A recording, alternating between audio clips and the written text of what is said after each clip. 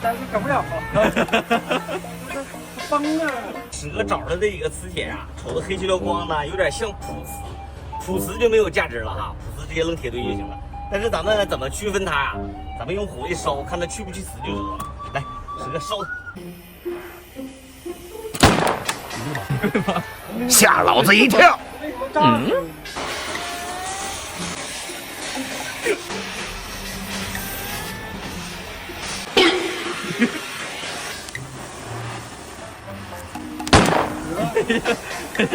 但是跟不了。崩啊！崩啊！个爆炸！你这搁这儿了，你看，哎呀，崩一大的话，我一烧又崩的，咱们咔不咔吧地。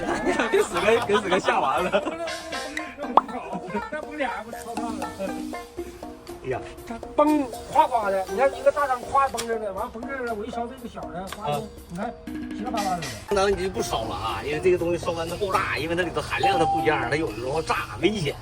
就带磁的这种情况，咱们也回收啊。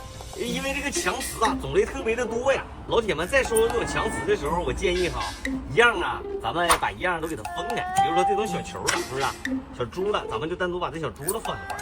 然后这种像那个马达里拆出的瓦片的啊，单独的，咱们就把瓦片给它装一块儿。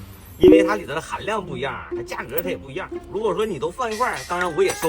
这样式的咱们就这桶货的价格啊，一搂啊。如果说你都能分开的话哈，那咱们价格它也不一样。就像咱们刚才说到啊，这种小片的，这是黑马达出来的，它的价格啊是3000多。